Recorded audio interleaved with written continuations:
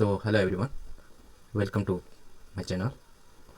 इस वीडियो में हम डिस्कस करने वाले हैं कुछ इंपॉर्टेंट बातें जो अभी सीजीएल का एग्ज़ाम आने वाला है, तो उससे रिलेटेड है। और कैसे खुद को मोटिवेट रखें, कैसे अब जो नए टॉपिक्स आ रहे हैं या फिर कौन से जो पुराने टॉपिक्स है उससे कितना लेंथी पेपर बन रहा है, प्रोटेस्ट जो चल रहे हैं अभी फ़िलहाल, और भी बहुत सारी चीज़ें हैं वो हम इसमें डिस्कस करने वाले हैं, ताकि खुद को थोड़ा मोटिवेट कर सकें और आगे क्या कर सकते हैं इन 5-7 दिनों के अंदर अंदर, जब तक ये सीजीएल का एग्ज़ाम होगा, या फिर जो पोस्टपोन की भी बात हम करेंगे कि होने वाला है कि नहीं होने वाला। और तो स्टार्ट करते हैं, देखते हैं कौन से टॉपिक हम इसमें डिस्कस करते हैं। तो सबसे पहले डिस्कस करें तो डिस्कशन टॉपिक है, सबसे पहले हम डिस्कस करेंगे जो एग्ज़ाम सेंटर इशू चल रहे हैं उसके बारे में डिस्कस करेंगे, क्योंकि बच्चे बहुत ज़्यादा परेशान हैं इसको लेके। फिर टेक्निकल ग्लिचेज जो आ रही हैं एग्ज़ाम देते टाइम एग्ज़ाम हॉल में बैठने के बाद, और फिर सिलेबस की टेंशन हो रही है, सीजीएल पोस्टपोन की भी टेंशन, सिलेक्शन पोस्ट का जो एग्ज़ाम है उससे हम क्या सीख सकते हैं, और फिर प्रोटेस्ट जो चल रहे हैं, और फिर कुछ एक टॉपिक मैंने खुद से डिस्कस किया है वो है एआई एलिमिनेशन ट्रिक है। जो एआई के द्वारा जो क्वेश्चन बन रहे हैं उनके जो क्वेश्चंस हैं, उनके जो ऑप्शंस हैं उसको आप कैसे एलिमिनेट करके फाइनल आंसर निकाल सकते हैं, तो इसके ऊपर मैंने डिस्कस किया है। तो स्टार्ट करते हैं। सबसे पहले एग्ज़ाम सेंटर इशू की बात करें तो देखो, सबसे पहले इशू यही है कि बहुत दूर दे रहा है एग्ज़ाम सेंटर, वो होम टाउन से बहुत दूर है, तो बच्चे आने जाने में परेशानी हो रही है, बसों में धक्के खा रहे हैं। और एग्ज़ाम सेंटर का पता भी, जो एडमिट कार्ड इशू ये भी है कि इसे मैंने वो ऐड नहीं किया। सबसे बड़ा इशू ये भी है कि एडमिट कार्ड है वो भी 1 दिन 2 दिन पहले जारी कर रहा है, और जो सेंटर है वो इतना दूर दे रहा है कि जिसकी कोई सीमा नहीं है। अब कोई किसी को अंडमान निकोबार द्वीप भेज रहा है, तो वो बच्चा 1 2 दिन में कैसे जाएगा वहाँ पे, कैसे वहाँ पे जाके सेंटर को ढूंढेगा, कैसे आगे खाने पीने की व्यवस्था, रहने की व्यवस्था, सब कुछ देखना पड़ता है। तो ये सारा कुछ इश्यू है। तो ये सबसे बड़ा इश्यू है कि बहुत ज़्यादा दूर दे रहा है सेंटर। और कंडीशन ऑफ एग्ज़ाम सेंटर आप सबको पता ही है कि जो एडिक्वेट है इसके पास इंफ्रास्ट्रक्चर है ही नहीं खुद का। ये किसी गली कुच्चे के अंदर किसी भी जो घर को, रूम को रेंट पे लेके उसमें 5-7 कंप्यूटर रख देता है और उसमें एग्ज़ाम कंडक्ट कराने स्टार्ट कर देता है। तो इससे एग्ज़ाम की प्राइवेसी बिल्कुल ही ख़राब हो रखी है। ना ही कोई इसके जो एग्ज़ाम सेंटर है उसकी कोई सिक्योरिटी है, ना ही जो बच्चे जो आ रहे हैं उनका सही से चेकिंग हो रहा है, ना ही जो एग्ज़ाम सेंटर के जो जो इन्विजिलेटर होते हैं या फिर जो स्टाफ होते हैं, तो वो भी पूरी तरह ट्रेंड नहीं है। तो वो बहुत ज़्यादा बदतमीजी करते हैं, क्योंकि उनको पता भी नहीं है कि कौन सी चीज़ का एग्ज़ाम चल रहा है और ये बच्चे आगे जाके क्या बनेंगे, या फिर इनको, क्योंकि उन्होंने कभी आज तक दिया ही नहीं होगा ये एग्ज़ाम। तो ये सब डिस्कस। और सबसे ज़्यादा दिक्कत ये है कि लोकेशन ऐसी दे रहे हैं एग्ज़ाम सेंटर्स की जो कि बहुत ज़्यादा दूर दे रहे हैं, और रिमोट लोकेशन है जो गाँव के अंदर भी बहुत ज़्यादा चलना पड़ता है। 5-5 किलोमीटर बच्चों को पैदल चलना पड़ रहा है, गाड़ियाँ जा नहीं रही हैं, पानी भरा हुआ है। तो ये इशू सबसे बड़ा है कि रिमोट लोकेशन पे जो एडमिट कार्ड है ये दे रहे हैं। तो इनसे सबसे दिक्कत से अपन कैसे इसको हैंडल करें। तो देखो, पैनिक तो इस चीज़ के लिए होना नहीं है। हाँ, इश्यू है, हो सकता है सीजीएल आगे पोस्टपोन हो जाए नहीं हो जाए, वो अपन डिस्कस करेंगे बाद में। लेकिन अभी आपने को ये सोचना है कि अगर आपका जो सिलेक्शन पोस्ट के जो एग्ज़ाम चल रहे हैं उसमें आपका एग्ज़ाम है, तो और आप एग्ज़ाम का जो सेंटर है वो दूर दे रहा है, तो कैसे भी करके अगर आपको ये है कि आप पूरी तरह प्रिपेयर्ड हो और आपको पूरी तरह से एग्ज़ाम के लिए, मतलब सीजीएल के लिए भी प्रिपेयर्ड हो और अच्छी तैयारी है, तो आपको जाना चाहिए। अब एग्ज़ाम सेंटर इंडिया से बाहर तो नहीं दे रहा है, ये इसके पास एक्सक्यूज़ होगा कि इंडिया के अंदर अगर आपको पूरे इंडिया में जॉब करनी पड़ेगी तो आपको एग्ज़ाम भी पूरी इंडिया में देने जाना पड़ सकता है। तो ये एक इनकी हठधर्मी है। तो इसके लिए यही है कि हम इसको कोप अप, इसको सहन करना ही पड़ेगा।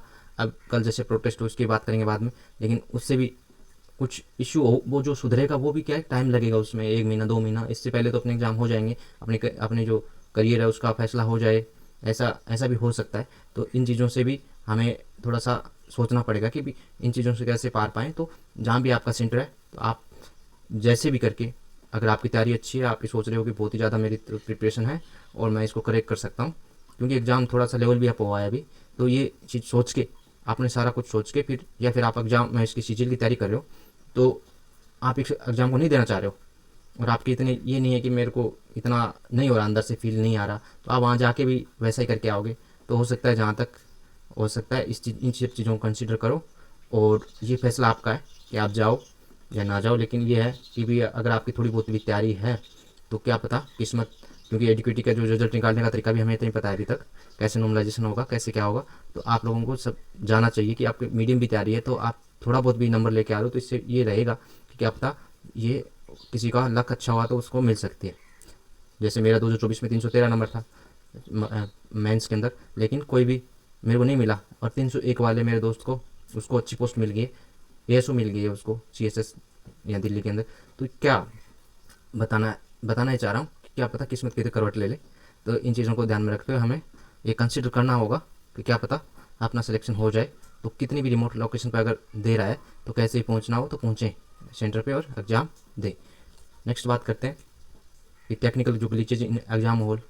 तो आप सबको पता है कि जो सबसे बड़ी दिक्कत करता है एग्ज़ाम हॉल के अंदर, वो जो 1 घंटा होता है जब एग्ज़ाम स्टार्ट हो जाता है, उसमें जो भी दिक्कतें आती है, जो भी 1 मिनट का भी दिक्कत आती है, उसमें हम पैनिक होते हैं सबसे ज़्यादा।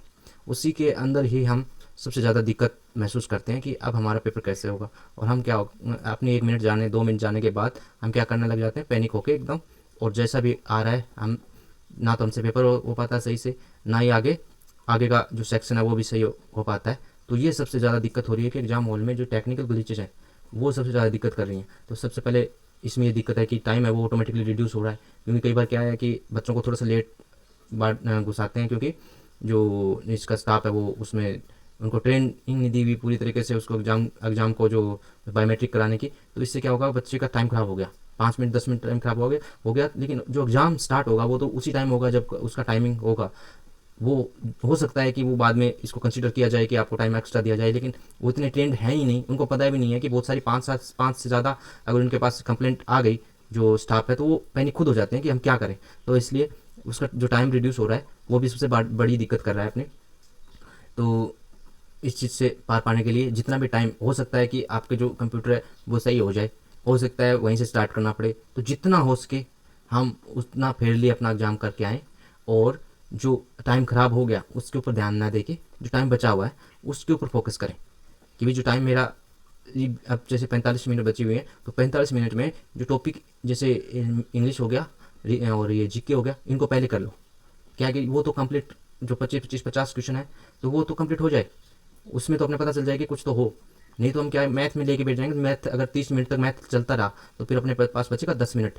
10 मिनट में हम फिर पैनिक होना बहुत ज़्यादा स्टार्ट करते हैं, फिर इंग्लिश भी नहीं होगी हमसे, फिर जो मैथ भी नहीं होगी, रीजनिंग भी नहीं होगी, और जीके में भी हम मार खा जाएंगे। तो इसलिए ईजी सब्जेक्ट है वो पहले कर लो जब टाइम कम हो। तो जल्दी जल्दी ये मानो 5-10 मिनट 8 मिनट में जैसे इंग्लिश हटा लिया जिसमें पैराग्राफ वो आगे डिस्कस करेंगे कैसे करना है। तो ये चीज़ें हैं। तो टाइम अगर आपके पास कम है तो आप उस पर ना फोकस करके आप किस पे फोकस करो, ये जो टाइम बचा हुआ है ना उसके ऊपर फोकस करके कि उसमें आप मिनिमम टाइम में कितना हम उसको हैंडल कर सकते हैं सब्जेक्ट्स को। तो जब से सबसे इजी जो टॉपिक्स हैं या सबसे इजी जो सब्जेक्ट्स हैं उनको पहले कर लो। दूसरा इशू ये कि माउस और कीबोर्ड इशू, अब इसका क्या करें।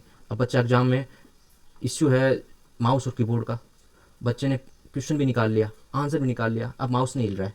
तो सबसे बड़ी दिक्कत ये है कि कीबोर्ड भी नहीं चल रहा, माउस भी नहीं चला। कीबोर्ड चल जाए उससे क्या फ़र्क पड़ता है, माउस नहीं चले तब तक, क्योंकि इन्होंने जो डिवाइसेस लिए हैं ये ऐसी जगह से ले ली जो सस्ते में मिल रहा हो, और ये सारी ख़राब निकल रही हैं, कोई कुछ हो रहा है। तो इससे क्या होगा कि जो माउस हैं वो काम नहीं करते हैं। तो ये तो बहुत ही ज़्यादा मतलब सैड बात है कि बच्चा अब करे तो करेगा किस किस चीज़ से लड़ेगा। चलो टाइम कम कर दिया उससे लड़ लिया, अब ये माउस से कैसे लड़े। अब माउस तो देगा तभी तो, अब वो इनके पास हो सकता है इतनी सप्लाई भी नहीं हो, जो नया नया एग्जाम कराने की कोशिश करे तो इनके पास सप्लाई भी नहीं हो, इतनी जो इक्विपमेंट हो ही नहीं पूरी तरीके से। तो ये तो बहुत बड़ा इश्यू है। अभी बच्चा चाहे उसको क्वेश्चन कितने भी आते रहे फिर भी आप वो नहीं कर पाएगा। तो इससे बचने के लिए हम क्या करें कि जैसे क्वेश्चन में क्लिक नहीं हुआ, जब आपका वो हो गया तो नेक्स्ट अगर आपके निकालने की वो है उससे कीबोर्ड से अगर आप नेक्स्ट में कन्वर्ट कर सकते हो, नेक्स्ट क्वेश्चन निकाल सकते हो, तो उस ऑप्शन को आप उसमें लिख दो जो पेज है उसके अंदर लिख के, और एंड में जब आपके पास टाइम कम हो तो उस टाइम उसको जब ये वो जो स्टाफ है वो थोड़े से उसको सुधार लें तो उसके बाद उसको क्लिक करके आप इसको सोल्व कर सकते हो, या क्वेश्चन को जो ऑप्शंस हैं उसको टिक करके आगे बढ़ सकते हो। फिर वो टू डू तो आपको मैंने बता दिया कि यही चीज़ें आपको करनी पड़ेगी और इसके अलावा कोई चारा नहीं है। अब हमारे पास क्या है, हमारे पास जाके एग्ज़ाम सेंटर में बैठना, ओपन हो पेपर तो उसको देख के करना, pen paper computer mouse keyboard ये सब जिम्मेदारी एडुकेटी की, एग्ज़ाम सेंटर्स की, एसएससी की है। हम उसमें क्या कर सकते हैं। तो ये सब कुछ अपने को देखना है, सब ऊपर वाले के भरोसे चल रहा है। हम इससे अगर घबराएंगे और एग्ज़ाम देने नहीं जाएंगे तो हो सकता है कि आगे भी ऐसा ही होता रहे और ना इसमें कोई सुधार आए, क्या पता कि आपका ये लास्ट अटैम्प्ट भी हो। तो ये थोड़ा सा ध्यान में रखें, हम इसको कंसिडर करें कि हम पेपर देने जाएं या नहीं जाएं।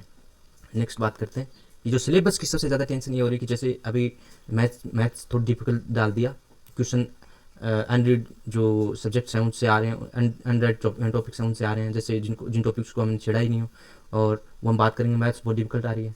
रीजनिंग में अनरेड टॉपिक्स आ रहे हैं जो हमने पढ़ा नहीं या जिन पे हमारा फोकस नहीं था, जो पहले बैंकिंग में आते थे। तो और जीके लेवल, अभी आपको पता है स्टेटमेंट बेस्ड यूपीएससी लेवल का जो जीके आने लग गया है, हर क्वेश्चन में स्टेटमेंट देने लगे, तो ये भी एक इशू हो गया बच्चों के लिए। और इंग्लिश का तो क्या कहना, सबसे ज़्यादा दिक्कत, क्योंकि पहले बच्चे 8-7 मिनट में ये इंग्लिश का सटा लेते थे, और 1 घंटा ही तो वह है, ये नहीं कि दो घंटे हो तो ये आराम से पेसेज बैठ के देख सकते हैं बच्चे। अब पेसेज इतना बड़ा दे रहे हैं तो उससे भी इश्यू आ रहा है। तो ये सब हम डिस्कस करने वाले हैं कि कैसे उसको भी हैंडल करें, कि मैथ्स को कैसे डिफिकल्ट आए तो कैसे हैंडल करें। तो सबसे पहले अगर मैथ डिफिकल्ट आ गया, व्हाट टू डू, तो सबसे पहले तो आपको, अगर आप पहले मैथ करते हो और आपको लग रहा है कि 2-3 क्वेश्चन करने के बाद आपके क्वेश्चन नहीं हो रहे हैं, हार्ड क्वेश्चन आ रहे हैं, तो आप बीच से कोई क्वेश्चन उठाओ, 12 के बाद वाला, फिर आप एंड से 3-4 क्वेश्चन, दो क्वेश्चन उठा के चेक करो कि अगर वो पूरा ही ऐसा लग रहा है कि हार्ड है तो आप उसको स्किप कर दो, मैथ को उसी टाइम स्किप करो और सीधा स्किप करके मैं उस पर इंग्लिश और जीके पे स्किप हो जाओ। क्यों? क्योंकि वो टॉपिक आपका हो सकता है जल्दी हो जाए, उसमें क्वेश्चन आ रहे होंगे तो भी हम बाद में देख नहीं पाएंगे, हम पैनिक कर जाएंगे। तो इसलिए उसको जल्दी से कंप्लीट हो ताकि आपके सब्जेक्ट है वो जल्दी से कंप्लीट हो जाए। नहीं तो ये मैथ के भरोसे बैठे रहेंगे तो मैथ हो सकता है सबके लिए हार्ड हो, आपके लिए ही नहीं।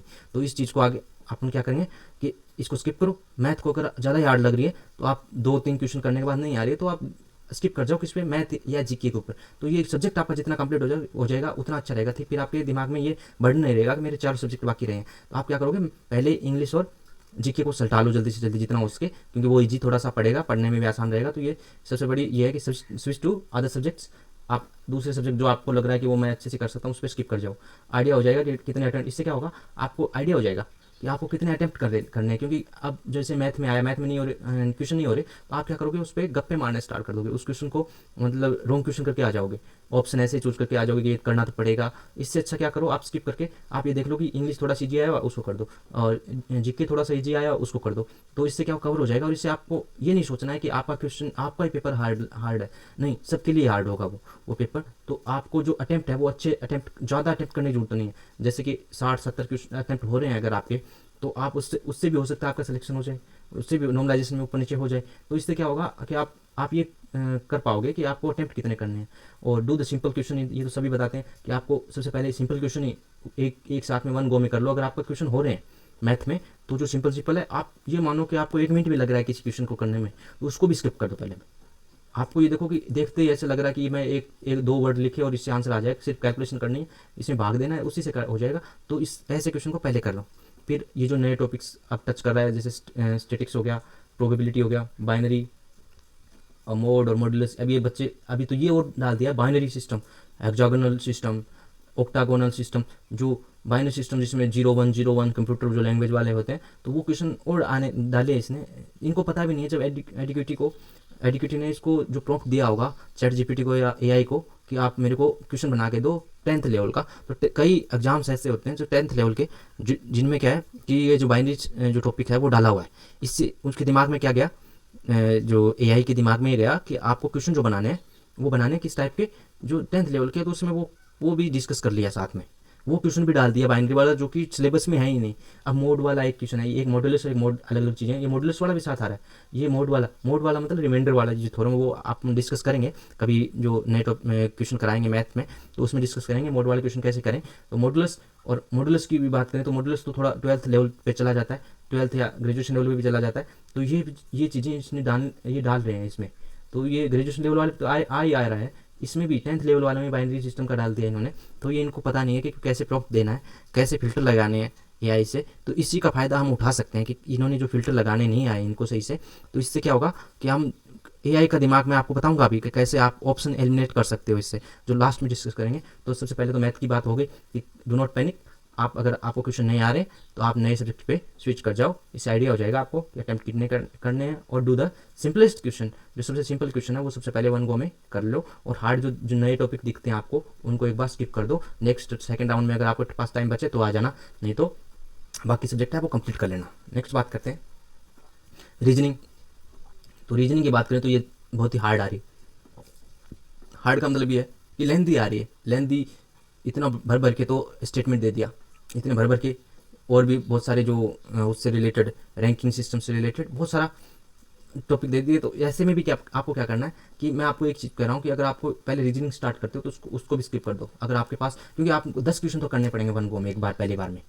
रीजनिंग का कुछ भी हो जाए 10 क्वेश्चन आपको करके जाना ही, नेक्स्ट में जो आगे वाला जो सब्जेक्ट है उसमें स्किप करना है, पहले 10 क्वेश्चन करने ही पड़ेंगे।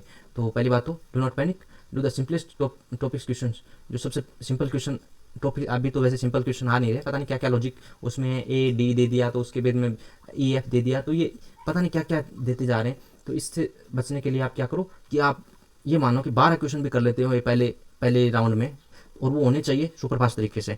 तो इससे क्या होगा कि उसके 12 क्वेश्चन हो गए, तो आप नेक्स्ट सब्जेक्ट उस पर स्विच करना चाहते हो तो आराम से कर सकते हो। अगर आप पहले रीजनिंग करना ही चाहते हो मेरे हिसाब से, तो पहले आपको इस माहौल के अंदर पहले आपको इंग्लिश और जीके पहले कर लेना चाहिए, फिर रीजनिंग में जाना चाहिए और फिर मैथ में जाना चाहिए। मैथ में पता है कि हार्ड आ सकते हैं, तो वो आप बाद में डिस्कस जो बाद में उसको कर सकते हैं एग्जाम में, जब अपने पास ये इनफ टाइम लग रहा होगा बचा हुआ, तो 15 मिनट बचे हुए तो भी उसमें अगर 10 क्वेश्चन करते हैं और वो सही सही हो जाते हैं तो उससे भी आपका सिलेक्शन का जो दायरा है वो बढ़ जाता है।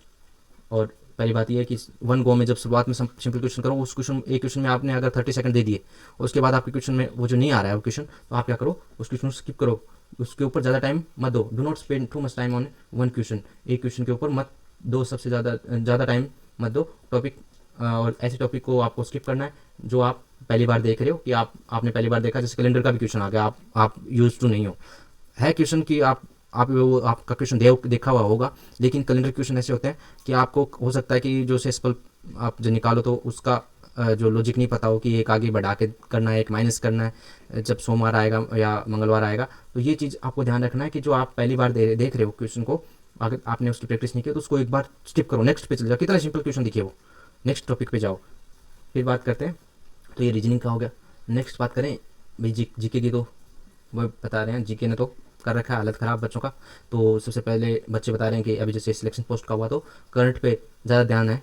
एडिक्विटी का करंट का मतलब ये हो गया कि जो स्टेटिक ही बन गया वो करंट है वो, क्योंकि 2023, 22, 23, 24 का जो करंट है वो, इसका मतलब क्या हो गया कि वो एक स्टेटिक की तरह पूछते जा रहे हैं कि जो टॉपिक जैसे योजनाएं हो गया आर्ट एंड कल्चर से, और ये जो बुक्स एंड ऑथर्स हो गई और जो अवार्ड्स हो गए, ये सब पूछते जा रहे हैं करंट के जो है। तो वो आपको 2022 से लेकर 2025 तक आपको कंप्लीट रखना ही पड़ेगा। तो ये करंट से ये करना, ये अगर आपने कर लिया है तो आप सेफ मान सकते हो जीके के अंदर।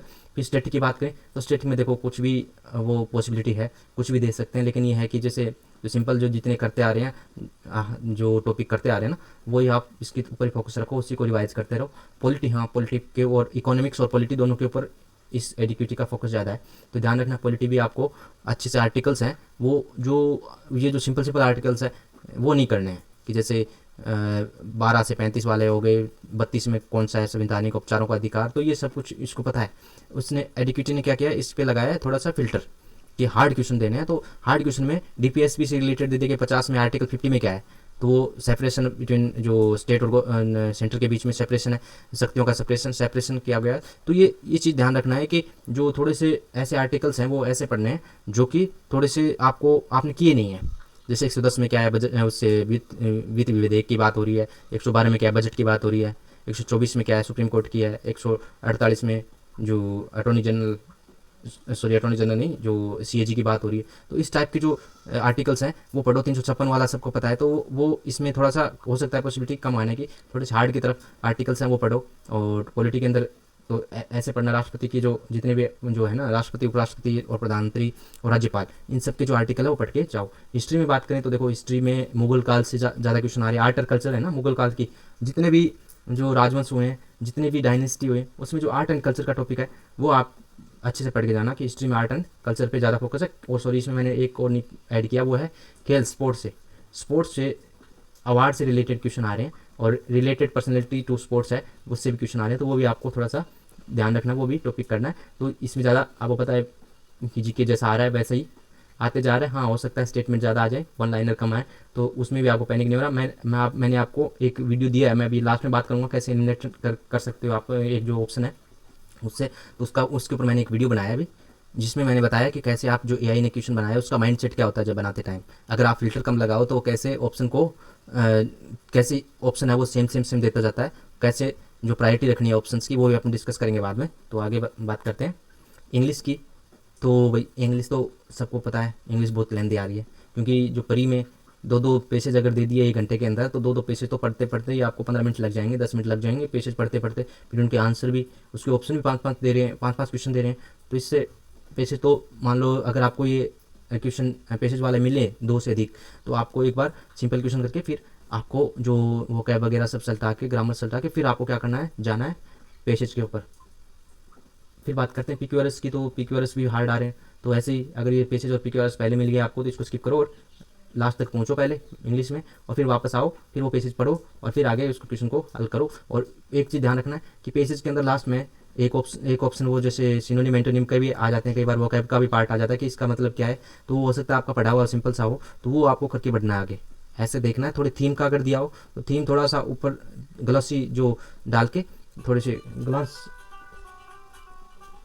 ग्लास डालो और उसके बाद क्या करो, उसके ऊपर आप जल्दी से उसको उससे निकालने की कोशिश, ऑप्शन एलिमिनेशन से उसका जो थीम है उस पेजेज का वो आप कर सकते हो। तो ये क्वेश्चन आप पहले कर सकते हो जब आपको सामने जब पेजेज दिख जाए। तो सबसे पहले क्या करना है कि आपको जो इसका जो वोकैब वाला पार्ट है वो देख लेना कि इसमें एंटोनिम सिनोनिम तो नहीं पूछा हुआ। हो सकता है वो क्वेश्चन आपसे हो जाए। और दूसरा थीम का क्वेश्चन है वो इजी होता है, क्योंकि आप थोड़ा सा भी ग्लोसी लेवल उस पर डालते हो, ग्लासरी जो नज़रों से अपने डालते हैं, तो उससे क्या हो जाएगा कि वो आपको दिमाग में बैठ जाएगा कि इसका जो ऑप्शन एलिमिनेट करोगे तो आपको उसकी जो थीम है वो पता चल जाएगी। फिर बात करते हैं टोन और थीम की बात करूँ तो सबसे पहले अभी जो चल रहा है, आपने बात कर दी इंग्लिश की, सबकी सब्जेक्ट की बात कर ली, तो ऐसे सब्जेक्ट को थोड़ा हैंडल करना है। फिर बात करते हैं कि सीजीएल की पोस्टपोन की।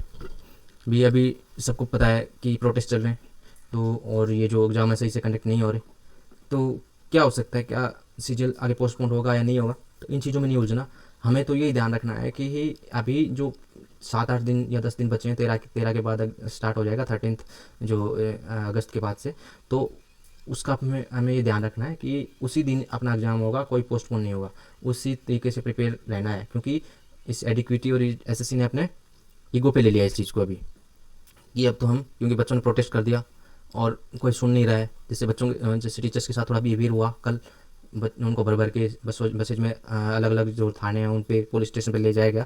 तो इससे पता चल रहा है कि वो पैनिक मोड में खुद है, एसएससी है और ये डिक्यूटी वो पैनिक मोड में खुद है। और इससे क्या है, अपने ईगो पे ले लिया कि मैं तो करवाऊंगा इस एग्ज़ाम को, आप रोक के दिखा दो। तो इसलिए पोस्टपोन होने के बहुत कम चांसेज हैं कि सीजीएल पोस्टपोन हो जाए। तो हमें इसी तरीके से प्रिपेयर रहना है कि जो आपका जो तैयारी चल रही है उसी को कंटिन्यू करो।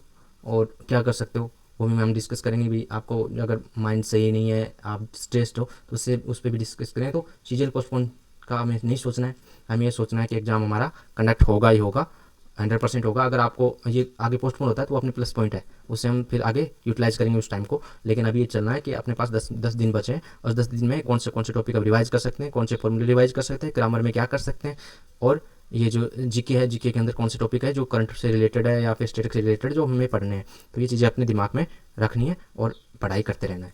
नेक्स्ट बात करें कि भी सिलेक्शन पोस्ट एग्जाम से क्या सीख सकते हैं। जो 13 पोस्ट 13 का एग्ज़ाम हुआ है अभी, फेज़ 13 का, तो इससे हम ये सीख सकते हैं कि भाई कुछ भी नहीं, कि सब कुछ बर्बाद है, ना माउस चल रहा है, ना पेपर सही से बन रहा है, पता नहीं कौन से क्वेश्चन पूछ रखे हैं इस पे। जो बच्चा क्वेश्चन जो ये दे के आया है इस एग्ज़ाम को, तो वो तो पैनिक अपने आप ऑटोमेटिकली हो गया होगा कि ऐसा अगर पेपर आ रहा है, ऐसे माहौल रहेगा तो मैं कैसे सीजीएल का देने जाऊँ। तो आपको घबराना नहीं है, पहली तो यही है कि आपको घबराना नहीं है, आपको रिलैक्स रहना है और ये सोचना है कि अब आगे जो एग्ज़ाम हो रहा है सीजीएल का वो इससे बेटर तरीके से करवाया जाएगा। हमारे दिमाग में ये रहना ही चाहिए। इसके अलावा पॉजिटिव ऑप्टिमिस्टिक होने के अलावा हमारे पास कोई भी चारा नहीं है फिलहाल।